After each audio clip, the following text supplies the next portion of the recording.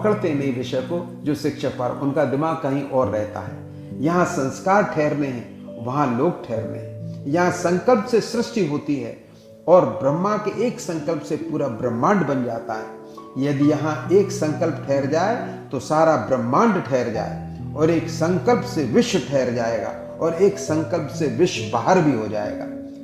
जैसे लोग गंगा में खड़े होकर संकल्प करते हैं और ये सोच लेते हैं कि अब हम ये कोई दूषित कर्म नहीं करेंगे, संकल्प ले लिया, पर गंगा से जैसे ही बाहर निकले, और जैसे ही बाहर निकले तो संस्कार भी जो हमने संकल्प लिया था, संस्कार बस वो भी बाहर कर दिया। अतः जैसा संकल्प लिया जाए ठीक वैसा ही होगा जीवन भर, दूसरा काम न होगा। तो जो संकल्प शक्ति जिनके अंदर होती है, जिनके अंदर संकल्प शक्ति संस्कार के साथ युक्त होते हैं, वो एक बार संकल्प कर लेंगे तो वो ठहर जाएगा, फिर जीवन भर दोबारा वैसा कार्य नहीं करेंगे। तो यह चीज बिना शक्ति के यह त्याग नहीं हो सकता। तो जो संकल्प लिया है, जो हमने गंगा में घुस करके जिस चीज का हमने त्याग कर दिया था, तो वह त्याग जो किया था, वह शक्ति जिसके माध्यम से हमने त्याग किया था, वह ठहरेगी तब जब हमारे भीतर इस प्रकार का संस्कार होगा, संस्कार शक्ति होगी, त्याग शक्ति होगी। और बिना इस शक्ति के ये चीज ठहर नहीं सकती। जैसे ही गंगा से बाहर आओगे तो वो चीज फिर से आप में आ जाएगी। अतः इस त्याग शक्ति के आधार पर ही आदमी छोटा या बड़ा होता है। जिसमें अधिक त्याग शक्ति वह आदमी बड़ा, जिसमें त्याग शक्ति की नाम मात्र भी, लेश मात्र भी नहीं है, वो अंदर से आत्मा से बहुत छोटा होता है। अतः मनुष्य शरीर से या संपत्ति से छोटा बड़ा नहीं होता। किसी के पास बहुत पैसा हो गया तो ये बड़ा आदमी हो गया, ऐसा नहीं है। शरीर बहुत तगड़ा है तो बहुत बड़ा आदमी हो गया, ऐसा नहीं है। अतः जिसमें जितनी त्याग शक्ति है उसी के आधार पर उसमें न्यूनता अधिकता होती है। एक होती है साहस शक्ति, सहन शक्ति, ग्रहण शक्ति, त्याग शक्ति, और इन्हीं के माध्यम से वह व्यक्ति छोटा बड़ा होता है। इनसे वह छोटा बड़ा बना ही रहेगा, महानता उसमें न बनेगी। महान गुण होंगे वही उसको महान बनाएगी।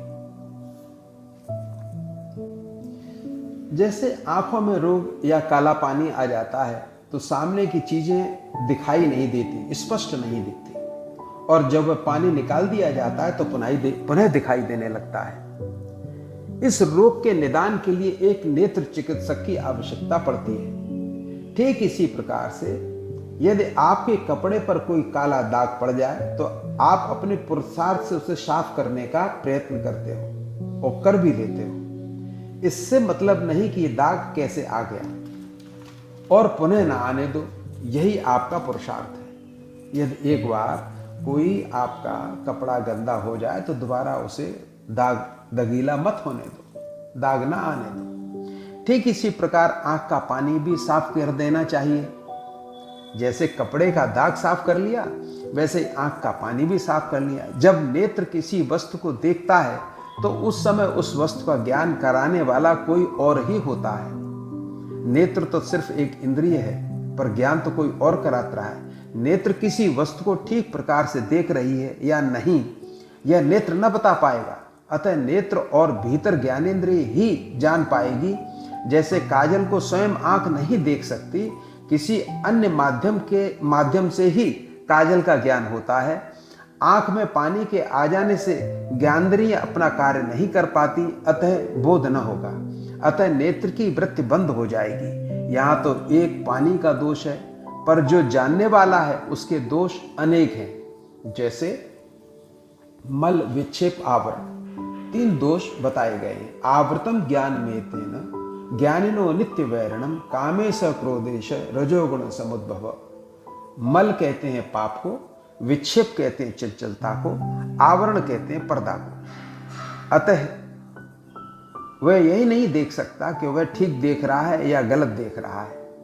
अतः नेत्र की जो बाह्य वृत्ति किसी के द्वारा अंतर्मुखी कर दी जाए तो उसे इसका ज्ञान हो जाएगा कि नेत्र कैसा देख रहा है। अतः यहाँ 2 तरह के विशेषज्ञों की आवश्यकता है। बाहर के लिए अलग विशेषज्ञ चाहिए और अंदर के लिए अलग विशेषज्ञ की आवश्यकता होती है। अंदर के लिए एक अच्छे गुरु की आवश्यकता होती है, तभी वह ठीक ऑपरेशन हो सकेगा, नेत्र पूर्ण रूप से ठीक हो सकेगा। जग में सुखासक्त मानव चिर शांति कहीं भी पा न सके, सारे जग के विज्ञानी जन सुख को दुख रहित बना न सके। ऐसा कोई भी विज्ञानी जन है ही नहीं। इसके लिए तो कोई और ही चाहिए जो कि आपके समस्त दुखों को दूर कर सके, आपके भीतर ज्ञान भर सके, आपके भीतर जो अज्ञान का पर्दा है वो मिटा सके। क्योंकि उसके लिए दूसरा चिकित्सक, जिस प्रकार से नेत्रों के रोगों के लिए चिकित्सक अलग होता है, वैसे हृदय रूपी नेत्र के लिए अलग चिकित्सक होता है। वह गुरु के अलावा दूसरा कोई नहीं कर सकता। यह विज्ञान से परे की चीज है। इसकी पढ़ाई अलग है, उसकी पढ़ाई अलग। जो पदार्थों के ऊपर निर्भर रहते हैं और जो उसी में सुख की अनुभूति करते हैं, यह भ्रम है। पर पदार्थ का आना जाना होता रहता है, स्थायी तो है नहीं, अतः सुख भी स्थायी नहीं रहता। पदार्थ में भाव अभाव होता है। जब भाव होता है तब सुख दुख होता है और अभाव होने पर दुख होता है। अतः मानव जब इन दोनों के बीच में रहेगा तभी वो चीज प्राप्त होगी। यह पदार्थ दर्शन है। ये सब आने व जाने वाली चीजें हैं। पदार्थों के आने से सुख, पदार्थों के जाने से दुख। पदार्थ की ठीक कर्पूर जैसी स्थिति है, रख दो फिर न मिलेगी, यह गति है। अतः ये ऐसी मंडी है में स्थायी सुख नहीं है। जिसका दर्शन होता है वह लोप हो जाता है, फिर क्या दर्शन करोगे? सुख तो उसी को स्थायी मिल सकता है जिसके मन में स्थायी वस्तु मिल गई है या जिसने स्थायी वस्तु से संबंध कर लिया है। एक राम कथा है, जब तक अपने आप में उतरेगी नहीं तब तक भिन्नता रहेगी। राम को हम नियमित पाठ भी करते हैं। रामायण, रामचरितमानस, वाल्मीकि रामायण, कंबन रामायण, ये बहुत सी प्रकार की रामायणें हैं। आध्यात्म रामायण का लोग भी पाठ करते हैं। तो भिन्न भिन्न प्रकार के रामायण का पाठ करने से क्या हुआ? पाठ जब तक राम उतरे नहीं आपके जीवन में, तब तक रामायण पाठ का सार्थकता आई कहाँ से? वह आपके जीवन में उतरनी चाहिए। रूप में भी भिन्नता रहेगी। सार्थकता तभी है जब राम अपने में उतर जाए। जब तक मानव ईश्वर में उतरेगा नहीं तब तक उसका रूप भिन्न रहेगा, और जब उतर जाएगा तब उसका रूप ठीक वैसा ही होगा जैसा ईश्वर का होता है, जैसा राम का होता है। अतः ईश्वर में उतरना अलग बात है, उसका नाम लेना, चिल्लाना अलग बात है। जो उसमें उतर चुका है, ठीक लाभ तो उसी ने लिया है। स्नान के लिए तो घाट से नीचे उतरना ही पड़ेगा। अब जैसे गंगा में आप उतरते हो, स्नान करते हो, तो आपकी गंगा की शीतलता, जब आप पानी में उतर जाते हो तो आपका शरीर शीतल हो जाता है। गंगा के गुणों से ओतप्रोत आपका शरीर हो जाता है। ठीक इसी प्रकार से परमात्मा में उतरोगे तो परमात्मा के गुणों से ओतप्रोत आप हो जाओगे, बच नहीं सकते। अब कैसे उतरना पड़ेगा? यह बिल्कुल जीवन को ही पूरी तरीके से उतार देना पड़ेगा। जैसे आपने गंगा में पूरे शरीर को ही उतार दिया था, सर से लेकर के, चोटी से लेकर के नख तक, पैर के अंगूठे के पोरे तक आपने संपूर्ण रूप से नदी में स्नान करते समय उतार दिया था। इसी प्रकार से परमात्मा में ऊपर से नीचे तक संपूर्ण इंद्रियों के साथ, मन के साथ, बुद्धि के साथ, जितना जो कुछ भी आपके पास आप सपना समझते हो, सबको लेकर के परमात्मा में उतरना पड़ेगा। उतरने के बाद यह जीवन कैसा होगा?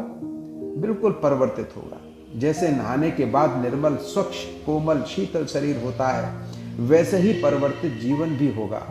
और जो दुख हो रहा था वह दुख से भी अलग होंगे। इस ईश्वर का नाम लेने से, गाने से, सुनने से क्षण मात्र को तो लाभ होगा, पर पूर्ण लाभ उसी को होगा जिसने ईश्वरत्व को अपने में उतार लिया है। जैसे या अपने आप को पूरी तरह से परमात्मा में उतार दिया। या तो परमात्मा को अपने भीतर उतार लो गुणों के सहित, या अपने आप को परमात्मा में उतार दो। दोनों ही चीजें, ईश्वर को अपने भीतर उतारो या अपने आप को ईश्वर में उतारो। जैसे कृष्ण गोपी नृत्य में महारास कहा गया है उस नृत्य को, और यही एक महारहस्य है। जो कृष्ण है वही गोपी है, जो गोपी है वही कृष्ण भी है।